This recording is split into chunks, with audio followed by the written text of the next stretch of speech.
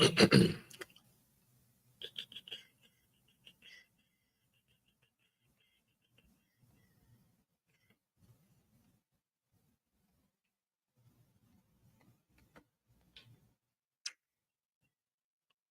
right, good morning, Facebook. We're good. Let's get this thing going. Happy Thursday to you folks. Happy Thursday. Let's get it going. 1, 2, you know what to do. Yeah, oops.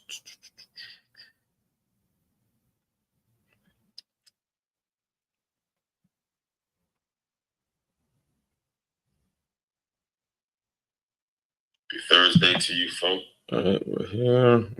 Let's reposting some stuff here, and we'll get it started in just a second. Give me a couple of minutes here, and get started.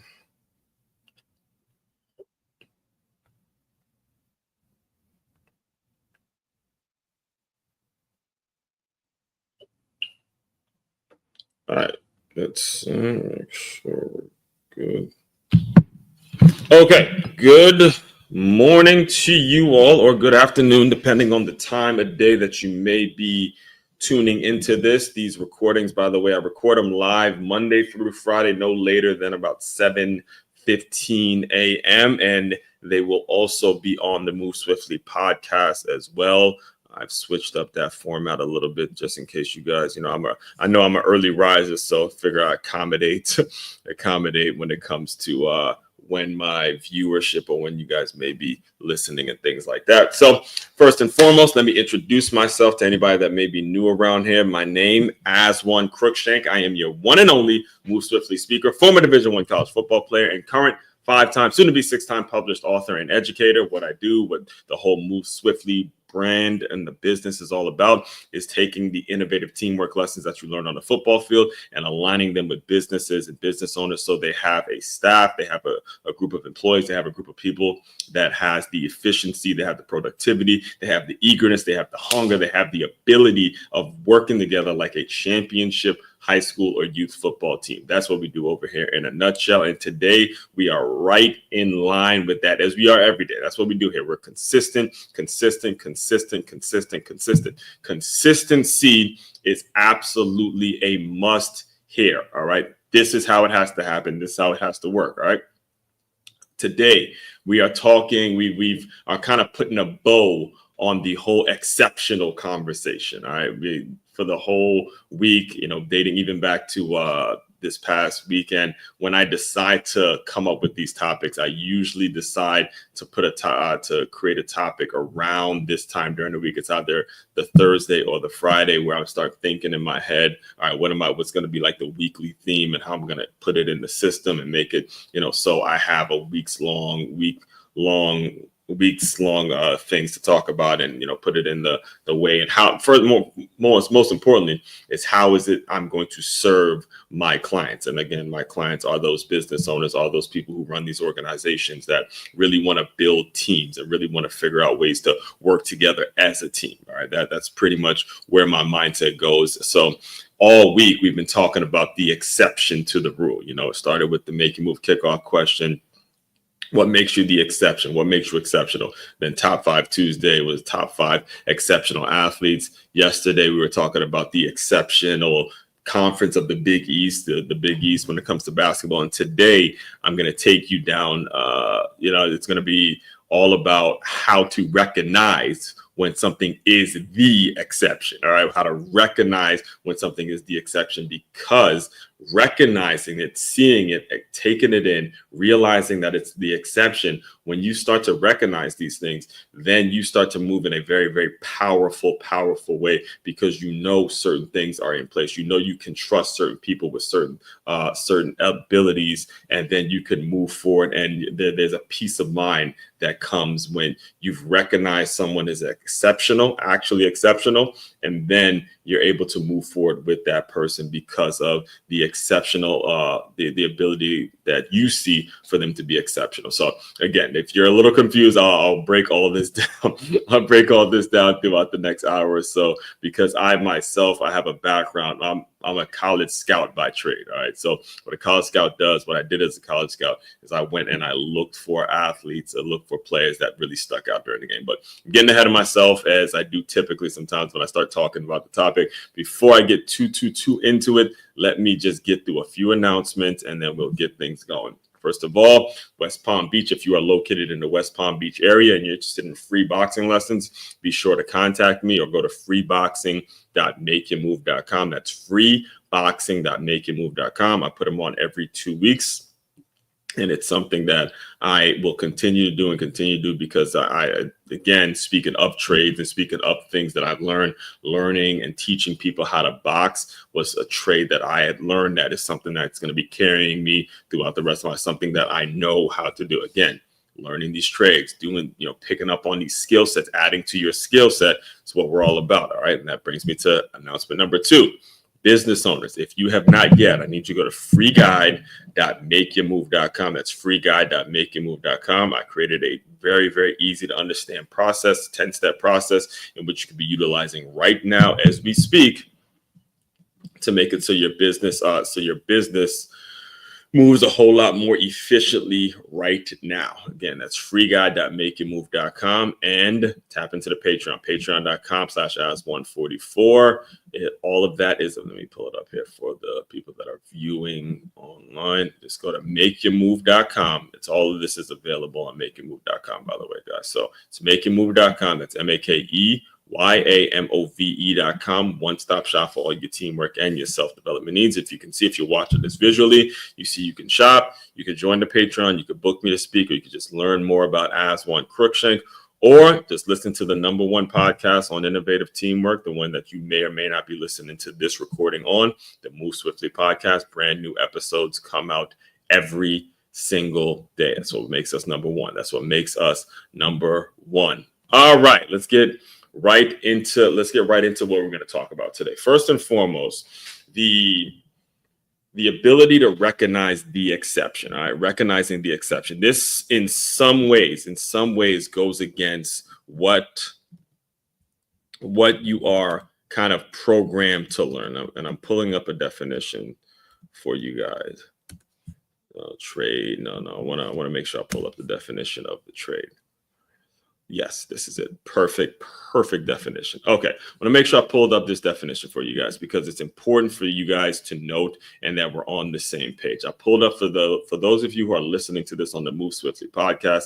I'll just tell you, I pulled up the definition of trade. All right, trade. What a trade is, and a trade under the context of jobs, careers, and what it is you were doing, right? So the definition number 2 that I'm reading out loud that I want to make sure is in your head as we move forward is that a trade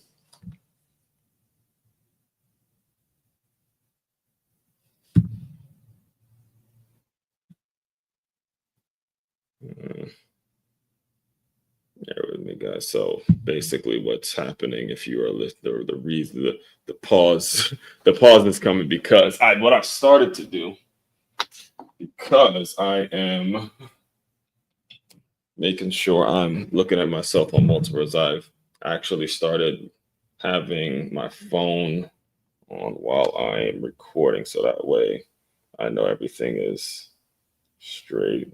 All right, 1 second. There we go. But I want to make sure I'm able to look at it. So I want to make sure I'm able to look at it while I'm recording. So that's what I'm doing right now. If you're listening to this on the Move Swiftly podcast. So you're going to have to just bear with me for a second here. Why is the thing not showing up? All right, cool. There we go. All right, we're back. All right, why is the thing not showing up? All right, cool.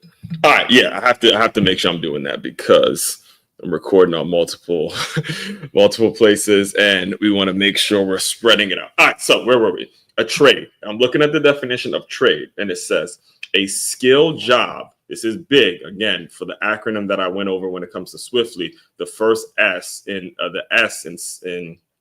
Swiftly stands for skilled. Okay, stands for skilled. So when it comes to a trade, it's important that we note that.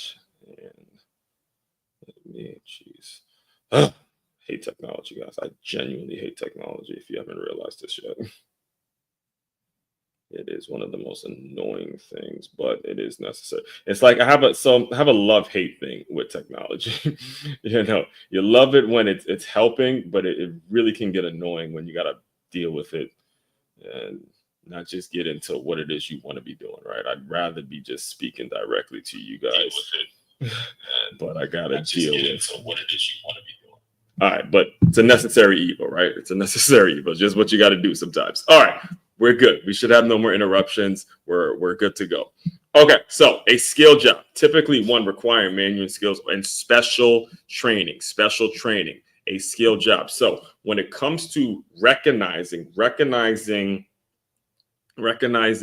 the exception, and when somebody's the exception to the rule, it first and foremost starts with understanding that there's such thing as a trade. There's such thing as a person that is skilled in doing this one thing, went to school to get better at this one thing, and that's how they make a living. That's how they develop. There's nothing wrong at all with doing that. It just is a matter of what I continue to discuss if we go further down the acronym of Swiftly, is that you can't just depend on that, because God forbid something happens and that skill is no longer made available to you, then you got a real problem. So while you always it's good to be making money off a skill or off a trade, but also the information that you have in your head and your ability to do multiple things allows you to have the security that you're going to need, right? So when it comes to as one, all right, the trade that I had, what I developed as a skill, was my ability to be a college scout. All right. When I say college scout, is when I first graduated from college, I immediately took a job as a scout. And basically my day-to-day, what my work would be, was to go, and I didn't do this the way that the company wanted me doing it. So the name of the company was called National Scouting Report, and the way they wanted me doing it was the complete opposite way in which I ended up doing it, because they had it so where they're like a third-party agency, and they wanted me to do it in a way where I was going to be getting paid. There were going to be commissions and basically be selling dreams. Because if let's play it out their way. If I did it their way, they would have me go to a lot of club sports, a lot of club games, primarily female sports, because, a lot of the high schools don't offer, they don't get a lot of participation when it comes to female sports. So they would tell me to go to like club games, club tournaments where the parents are already paying a good grip of money just to get their athlete to on this team, on this travel team, or whatever it is. So they would like travel sports, that was it, not club sports, but travel sports, travel teams. They would advise us to go to a lot of travel league games, particularly female sports, whether it's a travel league volleyball game, travel league softball, whatever it is, because of the amount of money that they already knew that the parents were paying to get them to that school or get them on that travel team. And then they would say, okay, you got to know those rosters and then try to target those specific players, all right, those specific athletes who are playing travel, and they would be able to afford NSR, and that was that was the acronym for the name, National Scouting Report. So we know that they can afford it. So then we offer the services to help them get into the college, yada yada yada. Then there's kind of a guarantee, or more of a way, more of a possibility of getting paid the commission that we were going to get paid for helping them find the school, which was, again, that's their business model. And that's fair, because that's the way they want to run their business. But I was a brand new college graduate. I just graduated from Stony Brook University, and my goal was to actually be good. my goal was to actually know how to scout talent, know how to actually look at it and say, okay, that person's good enough, that person isn't good enough. And the way I wanted to do it versus the way they wanted to do it, it was not a good match. It was just a constant it was not going to work, because when you're talking about doing it their way, they're pretty much offering everybody the services versus my way, where I'm going, I don't know anything about the kids. I don't know anything about the parents. I don't know anything about the sport. I don't know anything at all. I'm just going and watching games, and I'm seeing who's good enough to play. And in many times, I went, I didn't like, so I'd go to a girls volleyball game, or one time I would like go to a girls volleyball game. I didn't know much about the sport, didn't know much about the school, didn't know anything. And I just sit back and watch and take notes. And this is when I knew I was able to do it, is I would watch a player, see how good she is, and then immediately say, yeah, that's someone that should be playing in college. And then I'd look that girl up, and it turns out that she's being like one of the top recruits, and someone's already on her. You know what I'm saying? That is the way it should work, because you're developing that. I get that I won't get the commission, but when it comes to what my goal was for the company, it was about developing the eye for talent. And that trade, right? That trade that we talked about, the skill has carried me, has been something that I have to this very day. All right. That's what I mean when I say understanding the importance of a trade. One of my favorite authors, Malcolm Gladwell, author of Outliers, What the Dog Saw, David and Goliath. So many great books. Blink, well, I mean, he's easily one of my favorite authors. He would talk about how everybody in life needs to be an anthropologist. Everybody needs to be an anthropologist. And what happens is you go to these schools, you go to some university, some college, and they give you a bunch of options. They give you some general education degree, and they tell you, okay, now you're successful because you have this education or whatever degree you have, and you haven't really focused in on something that's going to develop your skill. To focus in, develop a trade, and then have the information around. Again, I'm not here just shitting on the college system, but I am telling you, you as a person, the same way I told you yesterday, you as a person, you need to more so take advantage of the college system, and don't let the college system take advantage of you, because that's exactly what they're going to do. They're going to take your money, and you're not going to know what to do when you're done, because you've gotten so used to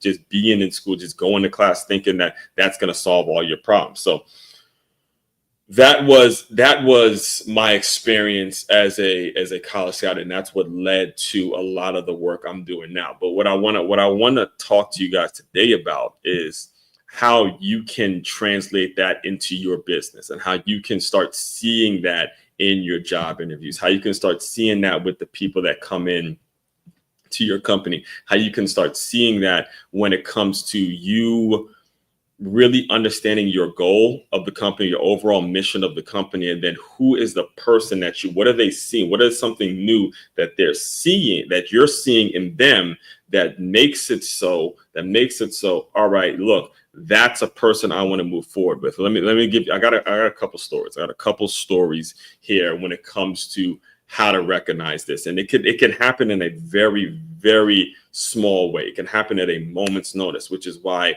you as an owner, you as a business owner, you have to be on high alert. All right, hear me.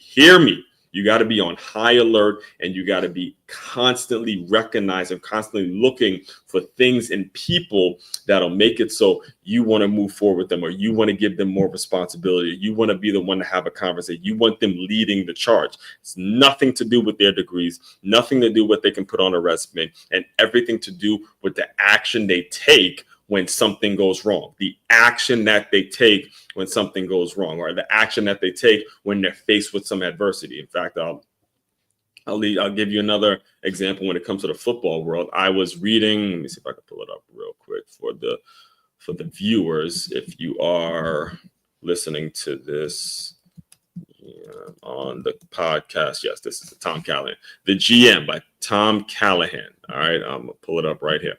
The GM by Tom Callahan. I remember reading this book. This book is a book basically talking about Ernie Exorci. I hope I'm pronouncing that right. Ernie Exorci, where he's done a lot of he wrote Johnny U. He wrote a book about Muhammad Ali, but the one I read is this one, The GM, right? And he it's the GM, the final, let me see real quick. The final season. Yeah, I remember reading it. It's crazy because I remember the title. A Football Life. Yeah. The GM by Tom Callahan, A Football Life. A final season and a last laugh. That's the new. Oh, they have a new chapter. Wait, I read the one before that new chapter. It was the one before that new chapter. Hold on one second. Hold on. Yeah. Hold on. Oh, they have a new one. Okay, I don't know about that one. The GM by Tom. Let me see something. Yeah, so he had the one. So there's two. There's two. Hold up. Oh man, I'm not even realizing there's two. So he put another one out. Okay, I gotta get that.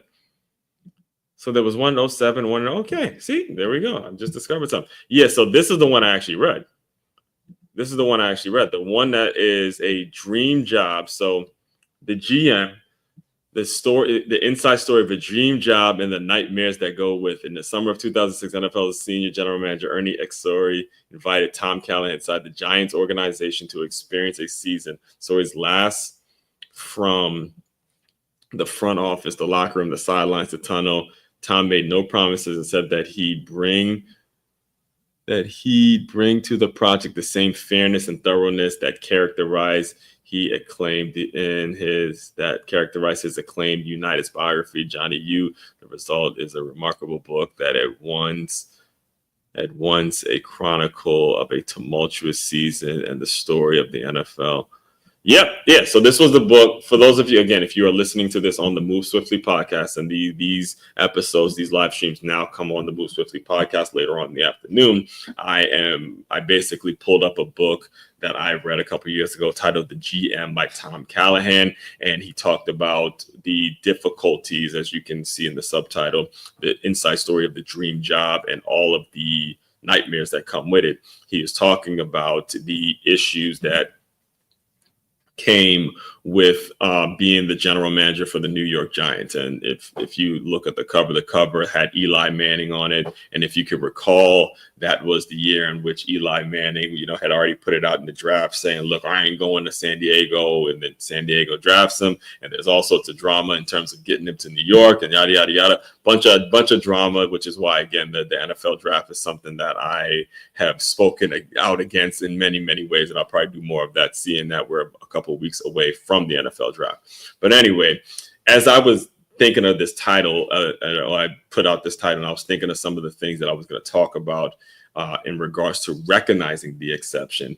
There was also another name that was mentioned in that book, and that name is a guy named Jeremy Shockey. And I'm pulling him up as I, bring up this story that was told in this book. All right, Jeremy Shockey was at one point he was the face of the New York Giants. At one point, Jeremy Shockey was like the guy, the guy that everyone looked at as he's him, New York Giants, Jeremy Shockey. If I'm not mistaken, no, I had Michael Strahan. I had a Michael Strahan jersey, but there were a lot of Giants fans that would wear the Jeremy Shockey jersey because he was kind of the face of the franchise at one point, and he came out of the U, the U, Miami. So you already know when it comes to the U and the way they are and stuff like that. He was the one before Greg Olsen. So people used to call him, one of the better, like Greg Olsen was the one after him. It was like him, Greg Olsen, when it came to those University of Miami tight ends and things like that. And this was back when the University of Miami was very relevant when it came to, college football and things like that. Not that they're terrible now, but, again, this was a different time, right? So anyway, they were telling a story. In the book, The GM, and apparently Jeremy Shockey had got into. So he comes in his rookie year. And apparently there was some lunch or something that happened at lunch where somebody tried to take his food and do something. And Jeremy Shockey snapped on him. Like, he snapped on him. You ain't touching my food. You ain't doing it. Like, he actually stood up for himself and stuff like that. And again, the book is written from the GM's perspective, from the scout's perspective. And he was like, look, when he saw Jeremy Shockey stand up for himself and say, look, you're not taking my lunch or whatever it was, he was like, oh my God, we have a franchise player. And that's what I mean. He started to see the exception, because you normally don't see rookies come in, especially into a locker room like the New York Giants or an NFL locker room, and start sticking up for themselves and standing up and saying, look, you're not going to be bullying me around. You ain't going to be, I'm coming in here to actually do what it is I need to do to be great. That is what I mean when I say recognizing the exception. And if you do that, I'm telling you right now, if you do that, I want to here's how we translate that. And it's because, again, I get the people who tune into this world or tune into my work aren't really in the football world per se, and they're in a place where they're trying to get that staff, they're trying to get people to be as motivated and be as hungry in regards to what it is they do every day. And I'm telling you, it's important that you really spend some time observing. Okay, spend a great deal of time observing how a person is. All right, how a person is, and are they forming cliques? I think the biggest question that you can ask yourself is, when you hire someone new or you bring someone in on your staff, is, are they more interested in being a part of a clique, or are they really, really interested in doing a damn good job and doing what it is they have to do? I'll give you an example in my own life. So it was back when I worked at Washington Sports Club, and this is a gym in South Bethesda, Maryland. I was 19 years old when I took this job, and regular listeners, you guys have heard me talk about Washington Sports Club, my time there, that year that I spent there, quite a bit. But I've never actually told this particular story that I'm getting ready to tell, and I have a lot of them. Believe it or not, there's a lot that I haven't even gotten to in terms of all of the things that I saw throughout that year. But when I first started working there, in fact, it was my orientation to Washington Sports Club. So they made me go all the way to, I think it was like a Columbia Heights location, and you have to get certain, you have to like have the orientation, because, you know, the bigger company is called Town Sports International. Town Sports International has Washington Sports Club, Boston Sports Club, Washington Sports Club, which is where I worked, and then Boston Sports Club. So all four of them, they had all four of them, right? So anyway, I go to the orientation to get certified or to make it so I'm eligible to work or whatever it was. You just had to do it before you actually started your hours or started work and things like that. And one of the people that was at that same orientation actually ended up being my boss. Like, he was the assistant manager. He got hired as an assistant manager at the same time I got hired as a associate. So I didn't know that's who it was, but we saw each other at the orientation and we kind of just locked eyes. His name was Chris, by the way. And Chris was, he was brand new to the area. He was from South Carolina. He was, again, the reason he was in this assistant manager's role is because now, you know, he has an opportunity to build a career, make a good living. He has a daughter. I believe at the time he was living through a separation. If I'm not mistaken, it was either they were together, they weren't. I know the ladies in the gym used to throw it at him. He had a couple little honeys that would come to the gym, threw him a little text and all that. So he would be telling me about some of the little moves he was making. You know, that's life in the fitness industry, by the way. You know, there's a lot of women that come in, and, you know, we as people that work in the fitness industry, you're gonna meet someone, and, you know, things gonna pop off or whatever. So anyway, he was in that place, you know, I guess playing the field or whatever it was. But anyway, it wasn't until we started work that week, like we both started work that week, where we recognized, so we're after the orientation, we start work that week. It was either that week or a little later on, where we see each other at the gym where we're at the location in which we're going to be working at. And he goes, "Oh, yeah, the guy from the orientation. Yeah, good. Nice to actually see you. Nice to actually meet you," because we didn't actually speak at the orientation, but we did see each other, right? So because Chris was hired, and Chris was, you know, I think he was former military. He was former military, and he had like a real like maniacal approach, like really detailed. Got to do this. Shirt got to be tucked in. We got to clean up this. Got to do this. Like, his whole mentality was like, yo, and especially because this is his livelihood at this point. At that point, I knew he had a daughter to feed. His daughter was getting older. And like I said, I don't know what was going on with the mother, but I know he specifically had to make sure that shit was straight in the gym, and that if, you know, people needed coverage, if there was complaints, there was one time, oh my God, listen, there was one time I showed up to the gym because I worked there because I get to work out there That was one of the motivating factors. I was rehabbing a torn ACL. So I showed up and the front desk associate overslept. The person who was supposed to be working that shift, they overslept. And I didn't have my key yet. So I walk in, I go to work out, and I'm standing outside with all the members like, we can't get in because the front desk associate didn't wake her ass up and join the open up the gym or whatever. So I had to call the manager and say, yo, so and so didn't open up the gym, this, that, that. All sorts of drama. Again, I'm not going to go too deep into the weeds of the drama when it comes to that particular experience, because I can talk for hours upon hours on that. Here's what I want to say, and here's why it took me quite a bit to kind of get you to this point when it comes to recognizing the exception. Is there was a period after, I'd say about a month, in which Chris and I were talking, and he comes to me. It felt planned. It felt like it was something that he wanted to say to me, but he just never had the opportunity to. But eventually he did express it. He goes, Aswan, you were one of the guys that I wanted to approach at some point, because, you have a professional tone with you, and you're also, very personable, but you're not, it doesn't look like you're interested in developing any clicks. It doesn't look like you're here just making money. And I wasn't. The energy I was giving off was, I'm here because I want to use a gym in which I could rehab my knee and go back and play football at Stony Brook, which is the reason that the job was so ideal at that point. And he approaches me and says, I want you to start taking more of a leadership role. I want you to start doing things. I want you to start, making it so you are holding other folks accountable, and that you are the one that's, basically making sure that front desk is not feeling like, oh, they're just, working the front desk and they're just here to it's just a little part-time job for them.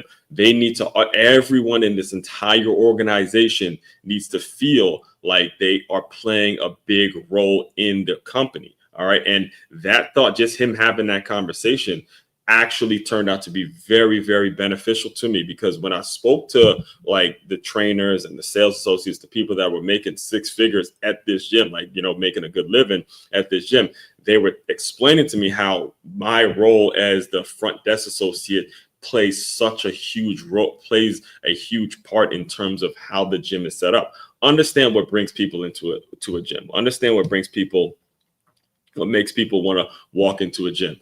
Most of the time it's a breakup. Most of the time it's them wanting to lose weight. Their spouses aren't looking at them the way they used to look at them. They're getting too big. They just broke up, or many times they're dealing with a domestic abuse situation. Whatever it is, it's usually a negative thing. It's usually a bad reason. It's usually something that's bothering them, and they want to get their mind off it. So they come into a gym regularly to get their headspace clear. And I am the first and last person that they see when they come in and out of the gym. So it was so imperative. It was so important. It was so absolutely beneficial for people to come in and for me to develop the same energy that I'm giving you guys right now when I'm able to just speak to you directly in the lives. Is they come in and it's like, hey, nice to see you. What you working on today? What class are you taking? What are you doing yoga? How is the reps going? Are you just doing shoulder stage? You're gonna do some cardio? All of these great questions that gives them the energy that they need, because whatever brought them in the gym was something that most likely was negative. And then they do their workout. And as they leave, the question is, how was the workout? Did it get done? Did you accomplish those miles? Did you hit that milestone? Did you enjoy the yoga class? Did you enjoy the Zumba? Did you enjoy this? Whatever it was. And that keeps them coming back.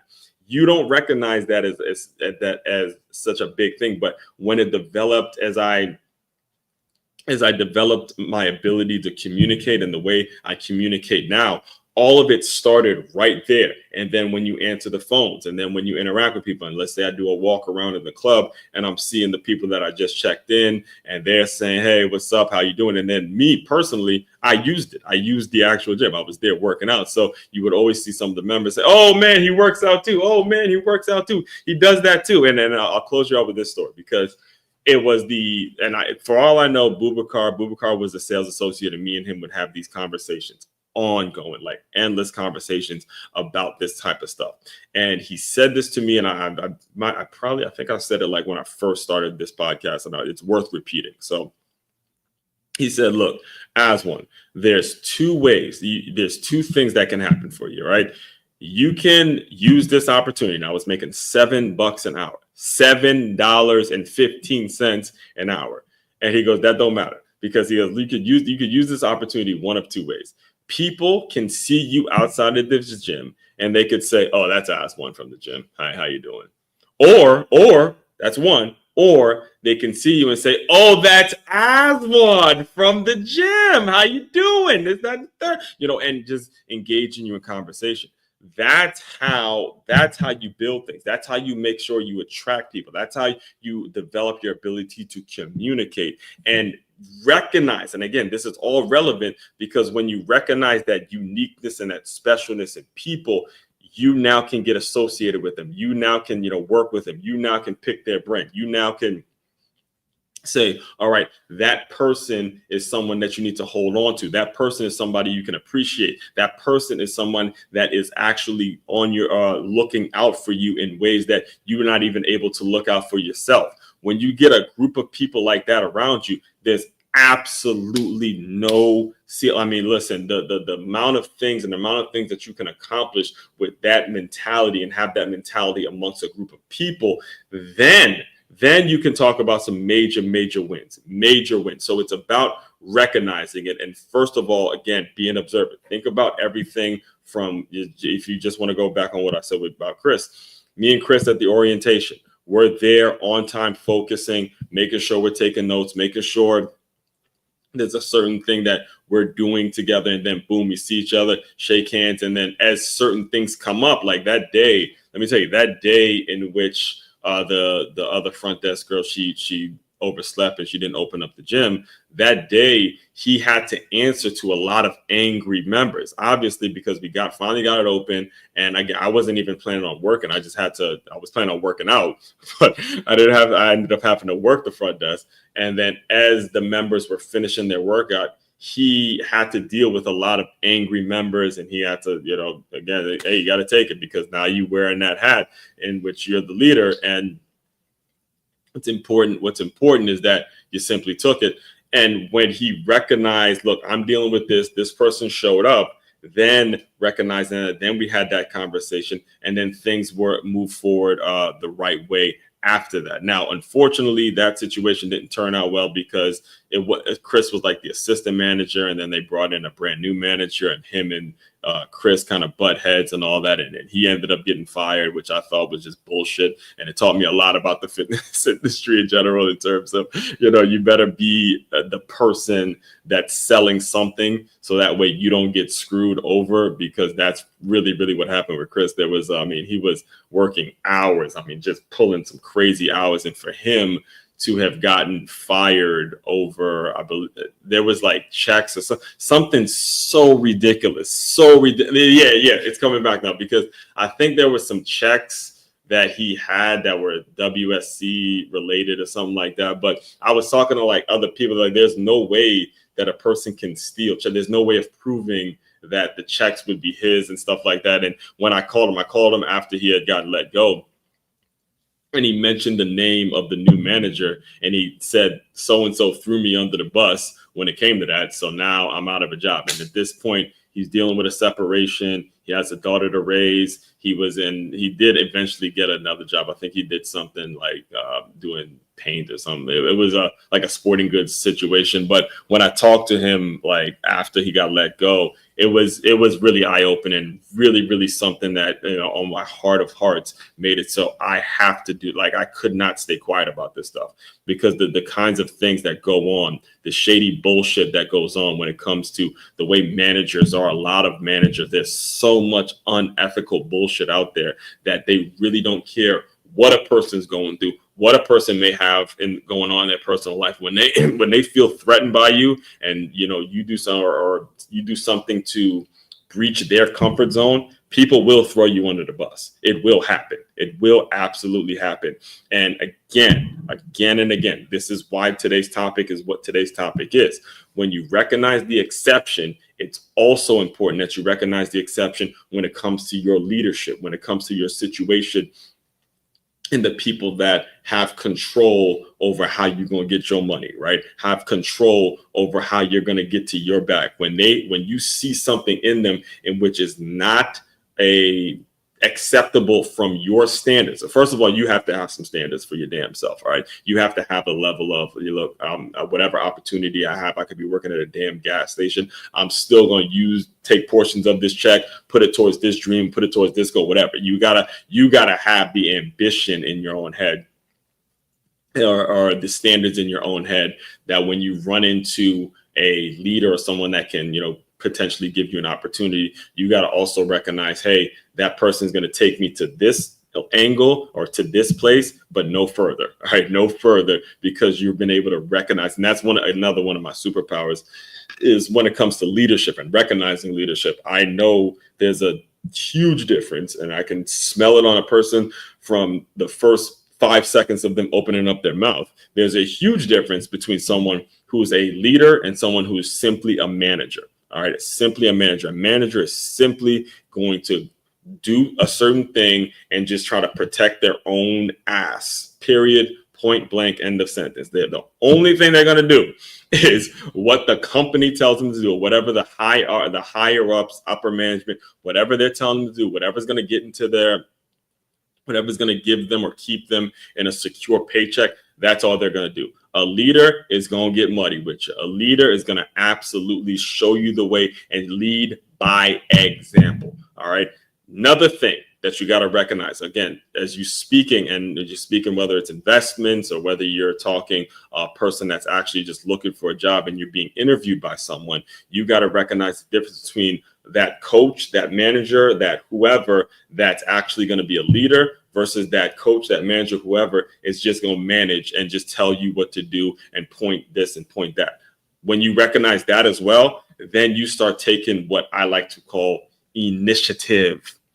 Initiative, folks. Take initiative. I'm going to close you out with this. Because when it comes to me, I pride myself on being a leader, not just a manager. So when you hear me talk as frequently as I do, and the amount of stuff that I'm doing and I'm working towards, and everything, everything I'm doing, I know, like I was telling you, I believe it was last week, I was telling you in terms of where my ideal position would be to be a play-by-play announcer for college football. Instead of me just sitting around talking about that, you see what you see on the screen. You see what you see every single Saturday, film session Saturday, right here. You see me breaking down games, showing that I have what it takes to do it. And it's not me just simply talking about it. That's the key, folks. That's the key. It's one thing to lead or to run around talking about what you do. It's a completely different thing when you actually put the work out, you have the proof, and you simply just go after your opportunities day in and day out. That takes initiative. That takes you grinding. That takes you locking in. That takes you deciding, I don't give a shit who it is. No one's going to get in the way of my success. No one's going to get in the way of my future. And that's when you love it. You love it. You have got to live through these things. And when you recognize the exception, starts carrying over into every facet of your life. But it has to start with you. It has to start with what's going on in your own heart, in your own mind. And are you fucking listening to it? Are you listening to it and actually following through with the steps that you're making? Because if you're not, the people that do matter, the people that can help you get to wherever it is you're trying to get to, the people that can help you avoid some of the troubles that are going on in your own head or some of your fears, if you don't let it out and speak about it, then you can't realistically think that your problems are going to go away. But if you just sit back, but if you actually take the initiative and say, hey, I'm going to try to do this, I'm going to try to do that, whether it fails or whether it doesn't work or however long it takes, I'm just simply going to do it. I'm simply going to do it and see what happens. You start to see results. And with those results, you take the data and then you apply it to the next phase and the next phase and the next phase and the next phase and the next phase and the next phase and the next phase. And that's how you move forward. That's it. That is plain and simple. We're dropping the mic with that one today. All right. Recognize the exception. Hold on, let me get some water because I done went on a rant.